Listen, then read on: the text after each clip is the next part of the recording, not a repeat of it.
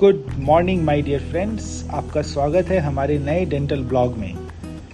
My self doctor Aman Singh and I am available for consultation at doctor RCP Singh memorial charitable dental hospital and Odontos dental hospital.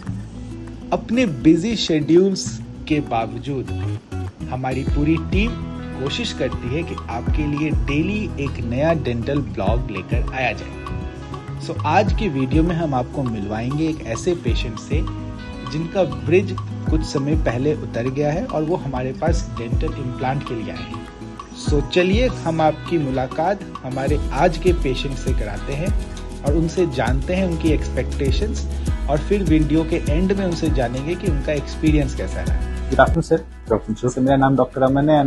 आपका मैं welcome करता हूँ doctor RCP Singh memorial charitable dental hospital में। Thank you so much sir. Sir हमारे पास आए हैं 2 dental implant के लिए। हाँ जी, राइट सर।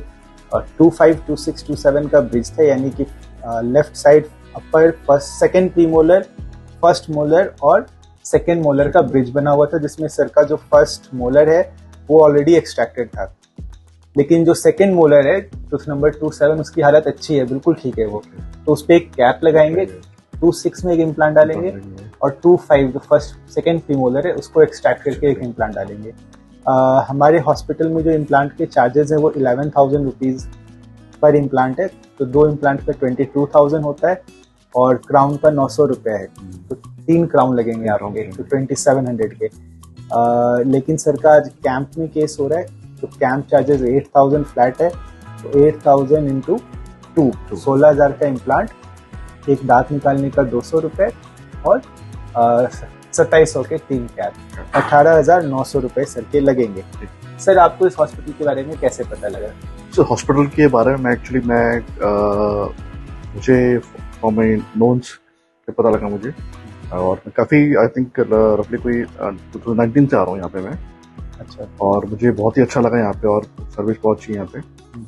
और सर मैं आपसे यही पूछना चाहता हूँ कि जो आप एक्सट्रैक्शन करेंगे और जो आप इम्प्लांट करेंगे उसके ऊपर 2 इम्प्लांट्स करेंगे आप, हाँ। तो उसके बाद मतलब कि इनकी जो वर्किंग कब से शुरू हो जाएगी? वर्किंग मेरा मतलब 4 से 5 महीने बाद, 4 to 5 months। 4 to 5 इम्प्लांट डाल के ना उसको बोन के अंदर छोड़ना पड़ता है 4-5। अपर को 3-4 महीने, लोअर को 2-3 महीने।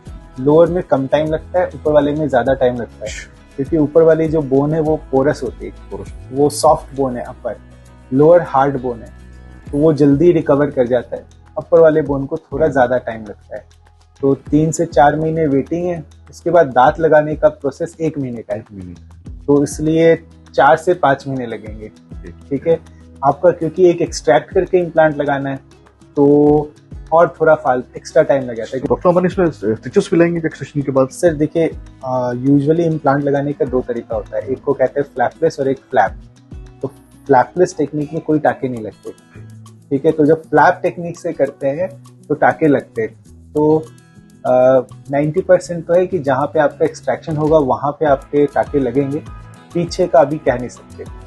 मतलब जहाँ पे ऑलरेडी एक्सट्रैक्शन हो चुका है वहाँ पे वी आर नॉट श्योर, अभी वो तो प्रोसेस के दौरान ही पता चलेगा कि वहाँ टाके लग रहे या नहीं लग रहे। कोई और क्वेश्चन? बस सर यही बोलते कि इसमें आप इम्प्लांट्स के बाद आप कह रहे थे कैप्स भी लेंगे, इसमें काउंट लेंगे थे, तो वो लगनी वो मस्त है, ये वैसे जरूरत नहीं वैसे? इम्प्लांट तो हड्डी के अंदर पेस्ट चला हो गया, उसके ऊपर जो दांत लगेगा वो कैप है। अच्छा, वो एक तरह की कैप ही होती है? वो कैप ही है सर वो। ठीक है। इम्प्लांट के ना 3 पार्ट होते हैं। इम्प्लांट जो रूट के अंदर जाता है, फिर 3 से 4 महीने बाद उसको वापस खोलेंगे हम छोटा सा, बाद में एक पार्ट टाइट होगा जिसको अबटमेंट बोलते हैं, ठीक है। उस अबटमेंट के ऊपर फिर एक कैप आएगी। एक और मैं आपको पहले इन्फॉर्म करना चाहता हूँ सर, जो आपको चार्जेस बताए ये नॉन स्पेशलिस्ट चार्जेस है। ये सर्जरी मैं या यहाँ का कोई MDS डॉक्टर नहीं करेगा, जो हमारे नॉन स्पेशलिस्ट BDS डॉक्टर्स है वो करेंगे। हाँ, हम साथ में जरूर खड़े रहेंगे। It will be under total guidance and everything.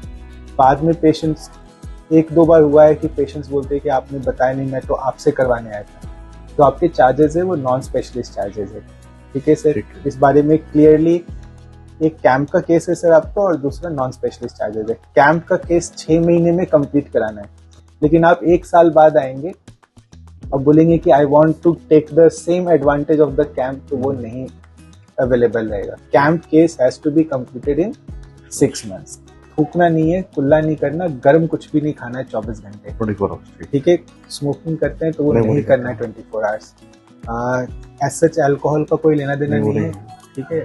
लेकिन मैं बता दूं, अल्कोहल का एसेस लेना देना नहीं है, लेकिन ना लें तो बढ़िया है। इस अस्पताल की तरफ से कोई वारंटी नहीं मिलती, लेकिन जो आपके इम्प्लांट डलेगा, जो हड्डी के अंदर जो पार्ट डल रहा है, उस पर लाइफ टाइम की वारंटी आती है। वो कंपनी की तरफ से मिलता है।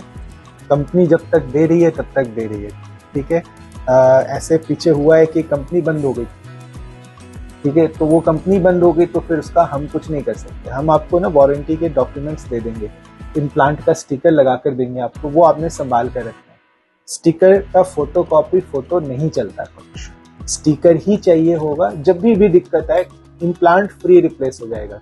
आपकी वारंटी इम्प्लांट और अबटमेंट दोनों पे चलेगी। लेकिन जो क्राउन लग रहा है वो 900 रुपए का है, उस पर कोई वारंटी नहीं है।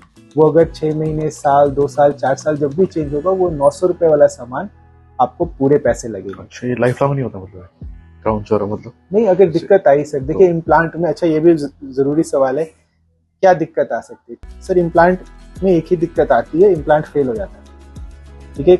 एक तरीके का ये फॉरेन बॉडी है जो हम आपकी हड्डी में डाल रहे हैं। बॉडी 10% ऑफ द केसेस में बॉडी रिजेक्ट्स द इम्प्लांट, ठीक है सर।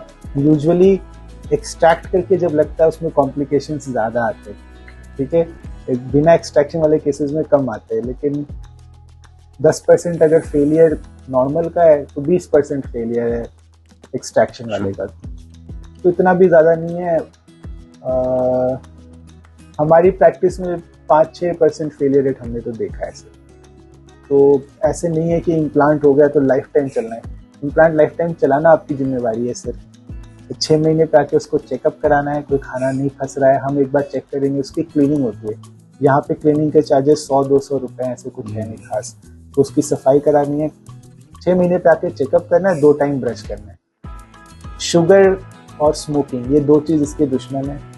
शुगर को कंट्रोल में रखना है अगर होता है तो, स्मोकिंग अवॉइड करनी है, ठीक है। सर्जरी होगी, सर्जरी के बाद अगर आप बात कर सकते हो तो आपसे पूछेंगे कि कितना दर्द किया, ठीक है। सही बताएंगे सर कैमरे के ऊपर। ये नहीं कि हमारी तारीफ करने के लिए दर्द हुआ भी हो तो बोलेंगे कि नहीं हुआ, ठीक है। We don't need fake positive reviews, because genuine positive review or genuine negative review helps us this hospital grow, ठीक है। अगर दर्द हुआ, बहुत दर्द हुआ, जो भी हुआ क्लियरली बताइएगा, ठीक है। राइट सर, ठीक है। चेयर रेडी है बस। तो सर इम्प्लांट्स में वैसे पेन होती है?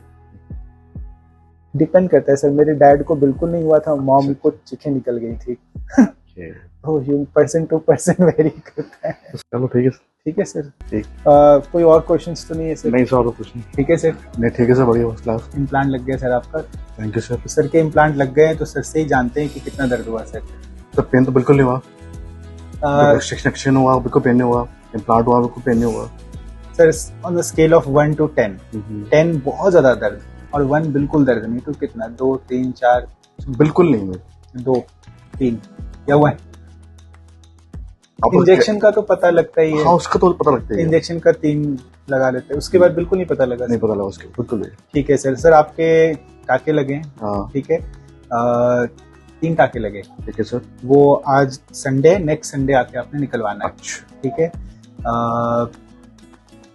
और 24 घंटे थूकना नहीं, कुल्ला नहीं करना, गर्म कुछ नहीं खाना है। अभी बज रहे हैं 1:20। कल दोपहर के लंच तक थूकना नहीं, कुल्ला नहीं करना, गर्म कुछ नहीं खाना है। कल लंच आपने ठंडी खिचड़ी खानी है।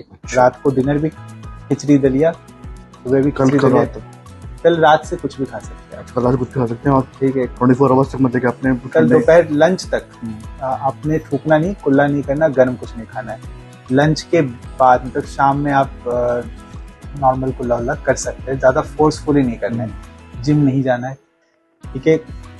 बाकी ठीक है सब कुछ। आपका जो दांत था वो थोड़ा इन्फेक्टेड था, लेकिन उसको साफ करके लगाया है। चलना चाहिए आपका, दिक्कत नहीं आनी चाहिए, ठीक है सर। बाकी आपको स्लिप पे एंटीबायोटिक पेन किलर लिखेंगे। पेन किलर चाहे दर्द हो चाहे ना हो, खाना ही खाना है। पेन किलर में 3 चीज़ों का फीचर होता है। पेन किलर सिर्फ पेन किलर नहीं होता, उसके 3 काम होते हैं। एनाल्जेसिक मतलब पेन किलर, एंटी इन्फ्लामेटरी की सूजन ना आने दे, एंटीपायरेटिक की बुखार ना आए।